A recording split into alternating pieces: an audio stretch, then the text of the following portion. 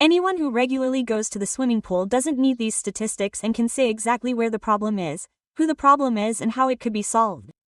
We are not securing external borders, and instead we are now putting up barbed wire around swimming pools and police checkpoints. And if police checkpoints were placed at Germany's external borders, we wouldn't have to monitor swimming pools. Our next topic is sexual harassment, fights, and knife violence. German swimming pools have indeed turned into a danger zone. There is no other way to put it, and this is also the case in Lower Saxony, as the figures that the news exclusively presents to us show. According to them, the number of cases doubled last year and non-Germans are significantly overrepresented. We are now discussing the exclusive figures on migrant swimming pool violence on News Live.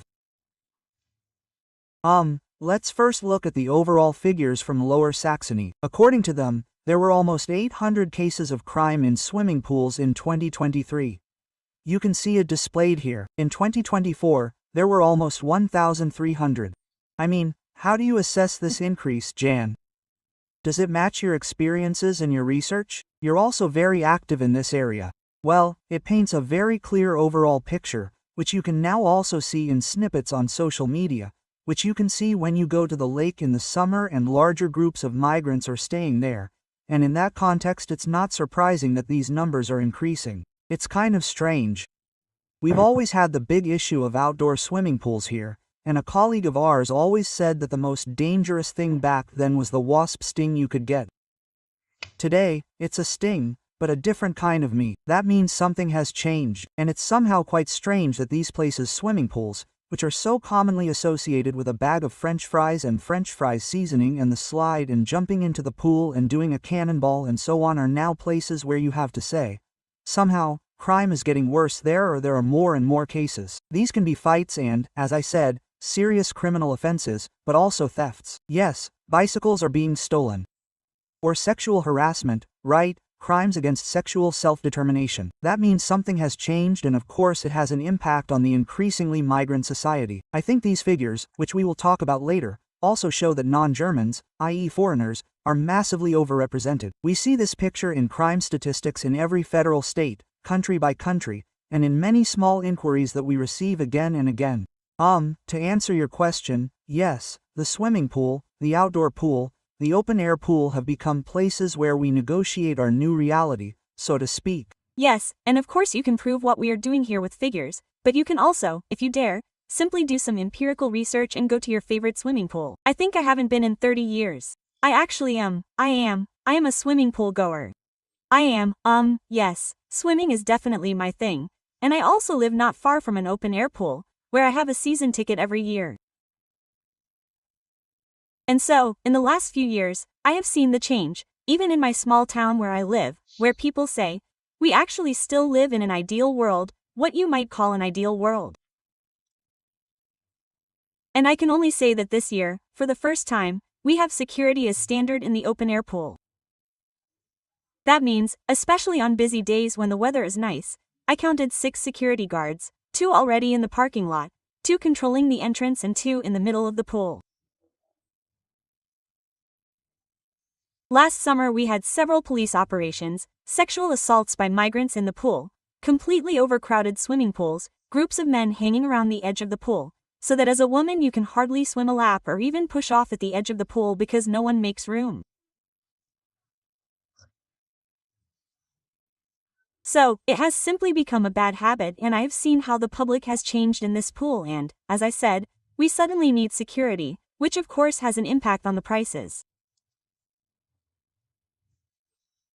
Yes, if a publicly funded swimming pool suddenly has to employ 6 security guards on a Sunday, then that naturally drives up the costs for the community. That means that we, as citizens, are once again paying more for those who do not know how to behave appropriately in a swimming pool. And I've been a swimming pool user since I was a child. When I was 10, we were all allowed to go to the outdoor pool without parental supervision, all summer long. Nobody worried, not my parents and not the parents of the other children. You could send 10-year-old girls to the outdoor pool all day long with their friends and you knew they'd come back safely on their bikes in the evening and nobody had to worry. Those days are over and everyone knows that. We have the police statistics now, but strictly speaking, anyone who regularly goes to the swimming pool doesn't need these statistics and can say exactly where the problem is, who the problem is and how it could be solved. We are not securing external borders, and instead we are now putting up barbed wire around the swimming pool and police checkpoints. And if police checkpoints were placed at Germany's external borders, we wouldn't have to guard the swimming pools. Incidentally, it's quite simply something you could pay taxes for, ensuring border protection and public safety. I see the need to actually pay taxes, which the state cannot guarantee. Yes, on the one hand we have the reality in swimming pools, which Birgit described very nicely. On the other hand, of course, there is also a policy that downplays all of this. We will come to that later. And then we also have a very important aspect, which I would like to briefly address now. The comments, the gold of the program. This is where a lot of comments come in. Matthias Hagedin, for example, writes in the news community, "Swimming pool you can trust, pool at home." Petra Westphal posts, "The security industry is booming, and she is indeed right." And Ursula Kafner writes, "Near me, there is still a small, nice outdoor pool where one lifeguard is enough to keep an eye on things. Just don't reveal the location, otherwise it will soon be completely overrun. Everyone will go there for paradise." Yes, there are more and more private swimming pools where you have to have something like a club membership, so to speak, and then only club members can go there, and people are now very happy to pay for such swimming pools because they can have peace and quiet there. That could be a concept that I would push through. It could be a concept a few weeks ago, it was reported in the media what a Swiss outdoor swimming pool did, for example, that they simply said that only Swiss people and registered tourists are allowed into the outdoor swimming pool here. Since then, it has been quiet because they simply have. This is a swimming pool that is very close to the French border in the canton of Jura, and they have seen who the problem groups are. They have seen who comes here, including from France. So they said, we are simply putting an end to it and only Swiss people are allowed in. There is a brief outcry, the population is happy, the swimming pool is quiet again. So, everyone knows what we are talking about. But we are talking about the big white elephant that sits in the middle of the swimming pool and that we are not talking about. Yes, something like Switzerland would be unthinkable here. The NGOs would be up in arms, there would probably be demonstrations in front of this pool, but the effect was and we were able to speak to the Swiss lifeguard from this pool. She said that from that point on there was peace. We simply didn't need security anymore and that this is no longer a right-wing scam, as they always say. These are simply the facts. These are simply the facts that we are presenting here. And now, let's stick with the numbers. If you take a closer look at the suspects, you will notice that they are disproportionately often foreigners. This is not an assertion, these are numbers. In 2024, 481 of the suspects were German and 221 were non-German. The proportion of foreigners in Lower Saxony's total population is only around 12%, and you don't need any great math to see from these numbers that foreigners are significantly overrepresented in relation to their share of the population. Yes, and the question of whether swimming pool violence is a migration problem or goes hand in hand with it, that actually arises, right? That is demonized again and again, and how can you say something like that? That is a catastrophe. You are right-wing, you are a danger to society. But those are just the facts. Yes, how can you come to any other conclusion? Let's say everyone just sits there and says, hey, here are the numbers, what are we talking about? But anyone who walks around this country with their eyes open knows who is causing problems at outdoor pools and in swimming pools. It is simply migrant groups, and that is simply the most obvious thing you can say and what you can see. And by the way, it is also really interesting. You mentioned the topic of the booming security industry. We need security everywhere. Everywhere in this country there are security services, guards, some dubious companies that conceal taxes, stand in front of swimming pools, in front of parties, in front of parades. We need security everywhere. Everything in this country is going down the drain. Apparently, security guards are needed everywhere, and it's the most normal thing in the world, and we love it and accept that we now need some kind of security around swimming pools. Yes, and then there's this whole concept that's even sicker, which has also recently become public in the course of this whole liberation thing, namely the ticky protection concept. All we have to do is say tick, and when we say tick, when we are sexually harassed in the case of women, then someone comes and rushes to our aid. Yes, the concept is simply not that you clean up and deal with perpetrators like in Switzerland and also name them. So that the perpetrators are no longer allowed, but that you come up with some absurd ticky concepts with turtles and so on, and that then ensures our safety, and we, many citizens, are doing this by simply buying ourselves a life where we are no longer bothered by them. This is the private swimming pool, this is the shitty gym, this is life in the neighborhood, which is somewhere else, which is a bit more loyal. That means that people are basically fleeing in order to do things like build muscle in the gym or go to the swimming pool, normally among people with like-minded people, because these places are no longer accessible. We are being pushed out of the room, everything is totally crazy. Yes, if you think about it all, you have to ask yourself what has happened in this country and why we are suddenly accepting a reality in which we cannot be who we want to be. But it seems to be the most normal thing in the world and we go along with it, and in the end it's just ticky, ticky, ticky. We notice that it stirs up emotions not only in us, I think in you too. And feel free to let your emotions run free. Feel free to send us a WhatsApp voice message. At the end of the program, your comments will be audible in the gold of the program, the voice of the majority. And now let's take a look at the figures for sexual offenses in swimming pools. They rose, as they've just been displayed, from 59 in 2023 to 116 last year. Would you still let your daughters go to the outdoor pool? I would, but she doesn't want to go anymore. They meet in private gardens. We live in an area where many people still have a small, inflatable pool in their garden and they prefer that. They don't go to the outdoor pool anymore, they don't feel like it and just don't go. And I wouldn't be unhappy that they handle it that way, because then I know that my daughter is safe and she won't go there. That's the problem. I, as an adult woman, sometimes have to start arguments in the swimming pool, because I wouldn't go to you. Yes, I recommend that to everyone, but some people still try it, right? I wouldn't let young people go alone at the age I was allowed to go back then. I wouldn't let my children go alone anymore. My children are older now, so it doesn't affect them as much anymore. But they are already withdrawing themselves. They are looking for other places. They don't even go to some clubs anymore. Yes, we used to go to the disco when we were my age. My children don't go to any of those clubs because they say the crowd there is a complete disaster. We don't feel like going there anymore. We meet up privately, we go somewhere else, but we just don't go there anymore. And that's this withdrawal that Jan just mentioned, where you can simply see that citizens have basically resigned themselves. They no longer expect anyone to take care of their safety, but they take care of it themselves, using avoidance strategies. And that is a revelation for every state we see. And we see that citizens have learned that this increase in violence does not elicit any reaction from politicians. I mean, we have the statistics here now. We just saw that sexual offenses have suddenly doubled. A large proportion of the perpetrators are migrants. And perhaps a word about these statistics, because even those who are listed as German, we have often talked about the topic of sexual offenses on this program, and there were small inquiries from the AfD about the first names of the German perpetrators, and if you look at them in front of you, where all the Alis and Abdullahs are basically covered up, exactly. Yes, that means that the truth is actually much worse. Among the German perpetrators, we have a lot with a migrant background, and that is simply statistics. This is not racist prejudice, but unfortunately it is statistics that are being obscured by the fact that people now say that these are Germans, that they are all Germans. Also, you can eliminate migrant violence by allowing all migrants to immigrate, then we'll only have German violence. But that doesn't tell us anything about the perpetrator profile, and the perpetrator profile speaks volumes. We have too many people from a different cultural background who simply don't adapt to our normal social conventions.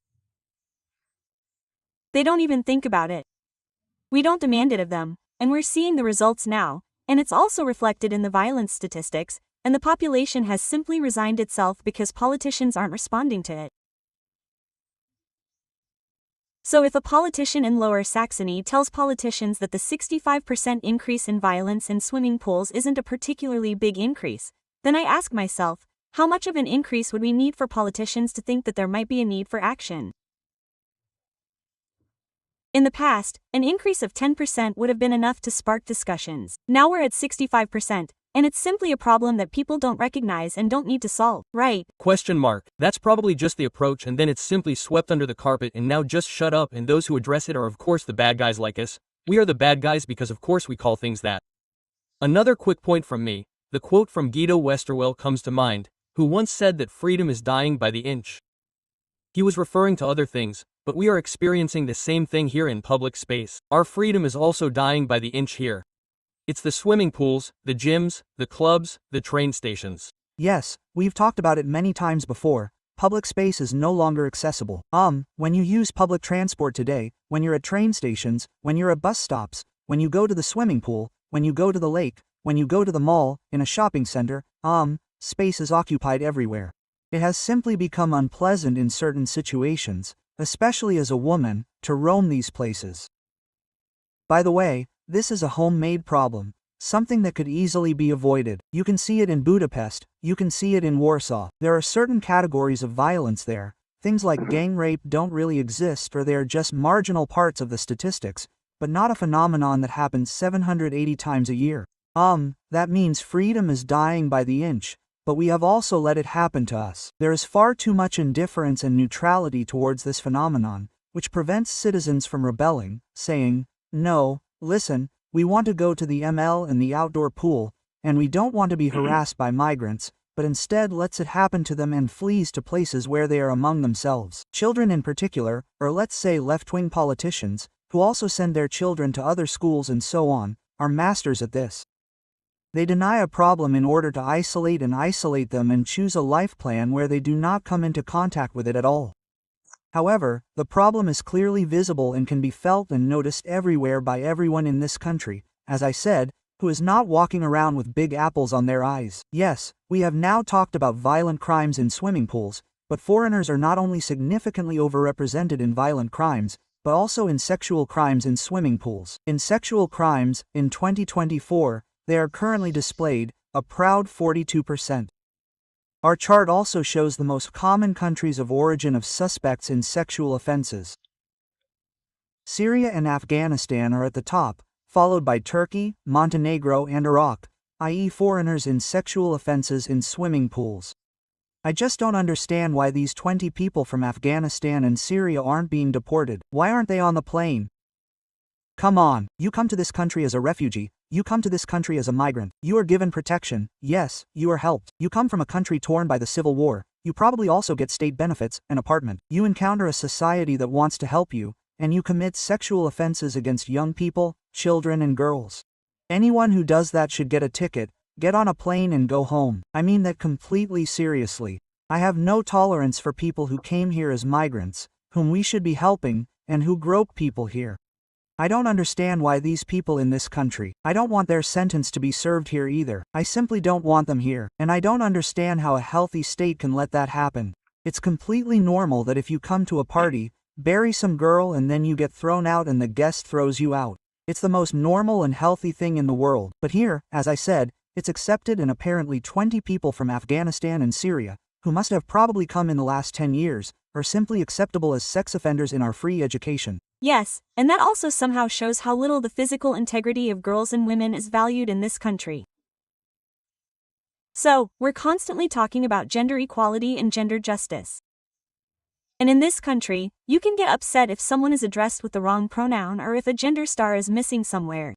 But the fact that the numbers of sexual assaults on our girls and women are exploding is of no interest to the practical implementation none. We are caught in a strange lethargy, which is also really frightening. You put it in a nutshell there, and, yes, the violence in outdoor swimming pools has also had far-reaching political repercussions this year. We also reported on it after 4 Syrians abused 9 girls between the ages of 11 and 17 in a hot tub in Gelnhausen.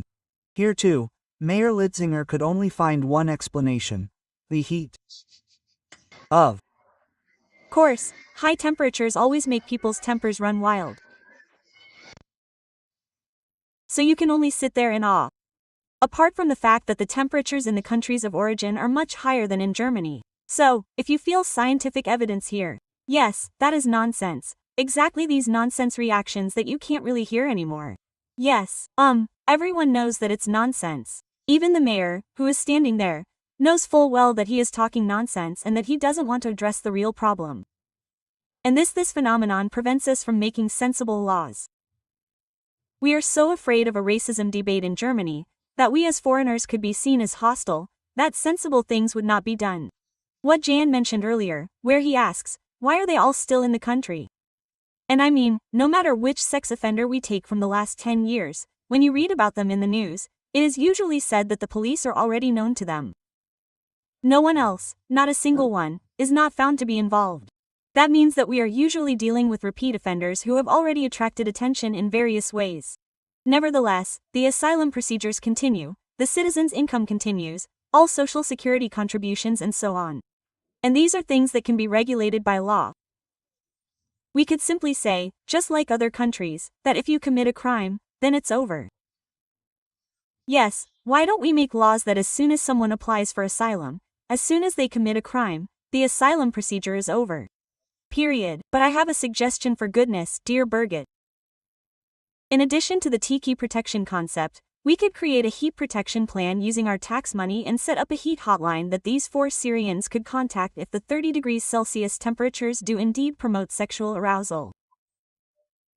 That means there are also means that we could easily finance with our taxes, as we have already talked about, and that could perhaps provide relief. Oh, so why are the 4 Syrians still in the country? I don't know. The issue was also widely announced, including my post to the Interior Minister, for example. We already discussed it earlier, we don't want to hear any more. You hear it and just start laughing. People used to talk about it.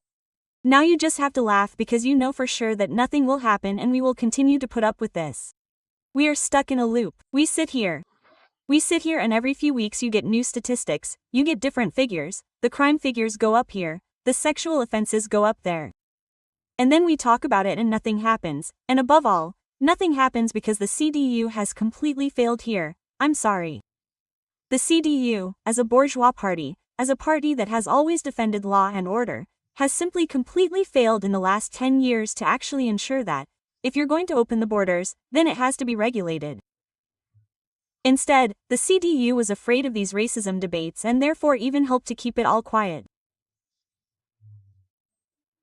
Because even people like Interior Minister Rule in North Rhine-Westphalia, who is still considered a tough guy, even admits today that he has known for years about the disproportionately high proportion of migrants in the crime statistics, but he himself did not address it because he did not want to play into the hands of the wrong political forces.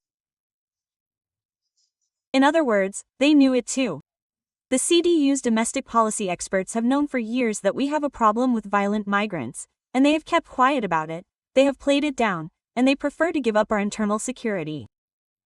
Instead of supposedly serving the wrong people, you have to think about this sentence for a moment. Is this really the last comment on this from Hoffman?